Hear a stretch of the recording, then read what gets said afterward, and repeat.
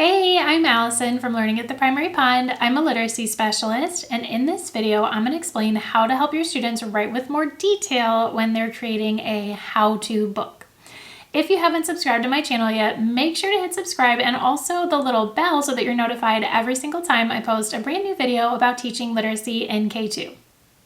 Okay, so let's talk how-to writing. First step, we want to get our kids brainstorming ideas that they're actually excited to write about. By the way, when I say how-to writing, I mean the type of writing where kids are teaching their reader how to do something. So it could be how to fly a kite, how to make a peanut butter and jelly sandwich, how to kick a soccer ball correctly, any number of things that they know how to do. It doesn't have to be anything fancy. It's just these everyday things that they could teach to someone else who doesn't know how to do it. Question though, when you're having your kids write how-to books, do they ever, or I would say like any type of writing, honestly, do you ever have the experience where you tell them, okay, I want you to write this or write about this, and then they write just like a couple of sentences and they say, I'm done. They just haven't given enough detail. If that happens to you, it's very common. It's happened so many times to me. If this is an experience that you can relate to, in the comments right now, I just want you to type the word done so that you can see how many other teachers are also experiencing the issue of their kids not writing with enough detail. Okay, so we've talked about what how-to writing is and the challenge of adding details. Now let's talk about getting the kids to brainstorm. What you want to be careful of when you're getting them to brainstorm is that when you're modeling how to think of ideas, the kids understand that they have to think of their own ideas that they can actually do. Because sometimes if I'm modeling and maybe we're making a class list, I'm like, oh, like I know how to do this and that.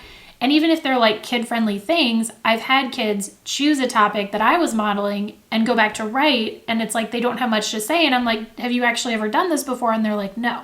So we want to make sure that they understand that they are experts in their own lives and there are things that they know how to do, but everybody's list of know how to do's does not have to be the same, and it shouldn't be the same. So one simple thing that you can do after you've kind of like explained to them what this genre is and what they'll be doing, you can use mentor text too to kind of give them examples. Have them brainstorm on a sheet of paper, and you can see hopefully here it's like a grid.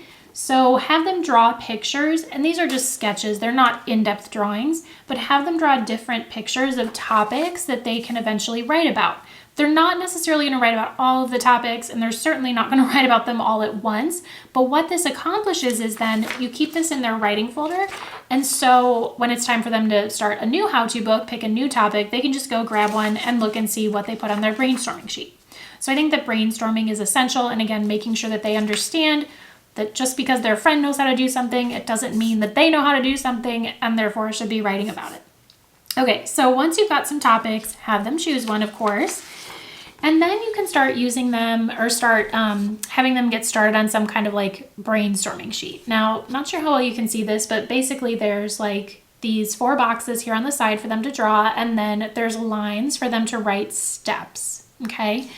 So like, let's say that you're modeling or working with kids to have them write the steps in maybe making an ice cream sundae, right? So have them brainstorm, okay, these are the steps I think I need to write out. Have them talk to a partner, always talk before drawing or writing. Have them talk, they can draw, and then they can make some notes here.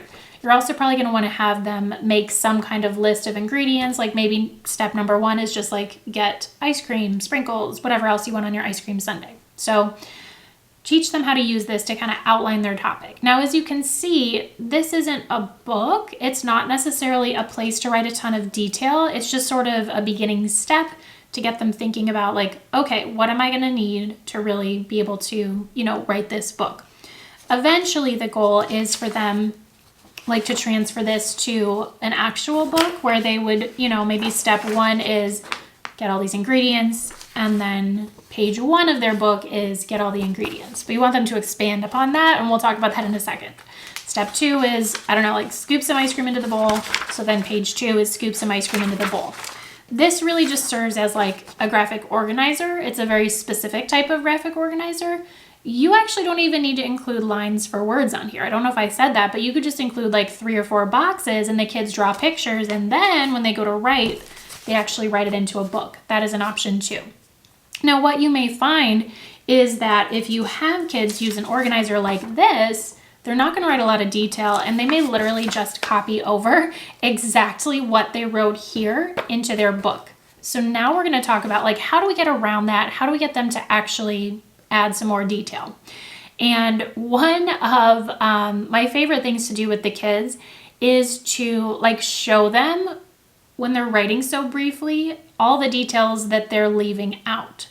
So let's say that, like, in your class, you bring in peanut butter or almond butter, depending on allergies, of course, and then bread. Most kids have made a peanut butter sandwich before, right? Or you bring in something that, like, they can tell you how to do or make. So have fun with this. Just say, like, you know what, like, we're practicing how-to writing. I want you to show me or tell me with your words, not actually by moving things, actually just tell me with your words how to make a peanut butter sandwich. Okay, so they're sitting on the rug. You've got your peanut butter, your bread, your knife, whatever. And they'll usually say something like, put the peanut butter on the bread. So you can literally, like, take the jar of peanut butter and, like, put it on top of the loaf of bread. So through doing this, what they will hopefully notice, and what you can help them notice, is that there may be certain little details or little tips that they're leaving out.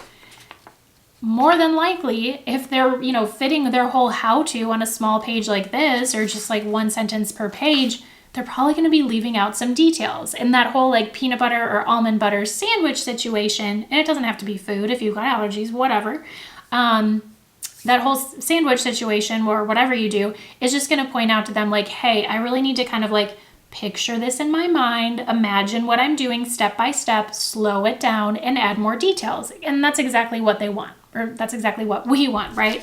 The ultimate goal is for them to have a book that with just more than one sentence on each page, where they could hand it to another student or another reader, and they could literally follow those directions step by step and do whatever the kiddo is trying to teach them.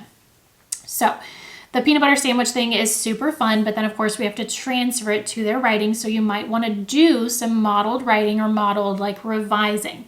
So after the whole lesson, what you can do is maybe start with where you've modeled a very basic thing that's maybe missing some steps. And then after you do the peanut butter sandwich demonstration, then you model, and with the kids' help, taking this from the graphic organizer, from the planner, into the book. And by doing that lesson activity with you actively, they will have more to say about what details should go in here. And then, of course, ultimately, we're not necessarily asking them to write how to make a peanut butter sandwich. We want them, though, to take this concept and apply it to their own writing. So to get them to actually apply it to their own writing, you probably want to have some sort of, like, revision activity, just like you did with the peanut butter sandwich. So, you know, maybe you're showing the kids, hey, we started here and then we ended up here. Look at all these details. Now you're going to do the same thing. Maybe they've actually already written one book. Great. They can still go back and work with a partner to figure out how to add more detail. They can act things out, right? Like, they can visualize things in their minds. Even though they may not have the materials to make or do whatever they're teaching, you still want them to go through that process of really breaking it down and thinking step by step. Ultimately, of course, there's other things that they can add to the book. And so, like, this little anchor chart that I have, this is just from my first grade writing workshop unit that's about how-to writing. But basically, we just covered, you know, and this was built up mini lesson by mini lesson. It's not like I presented this and was like, hey, write this. In the introduction, tell them, you know, what the book is going to be about, why they might want to read the book. So you're giving them ways to add more detail. In the how-to steps, give a list of materials or supplies, tell detailed steps, teach the reader with words and pictures. You could teach them how to do, like, labels in the picture. You could have them do captions, whatever kind of things they're ready for. Use transition words, right? First, next, last. And then in the conclusion, kind of wrap things up for the reader and then tell them what to do with the information in the book. Go make a peanut butter sandwich, or go try to fly a kite today, something like that. Like, encourage them to use the information. So mini lesson by mini lesson, we're building up to the point where they know different ways of adding detail. And that makes for a much fuller book than just, like, some very basic outline of steps. that you might have gotten when they first brainstormed. I also think it's important to have kids write multiple pieces. We don't just do this once. We do this several times with several pieces till they really get to the point where they're adding more detail. All right, I hope that these ideas were helpful to you. I actually have like a full 1 hour plus in-depth training on teaching writing in kindergarten, first grade, and second grade. So if that's something that interests you, that also comes with like a freebie and example writing lesson plans that you can download, a certificate of attendance. If that's something that would be interesting to you, I will include the link with this video so you can go on and watch that as well. Thanks so much for watching. Again, hope this was helpful. Don't forget to hit the like button, subscribe, and I will see you in the next video.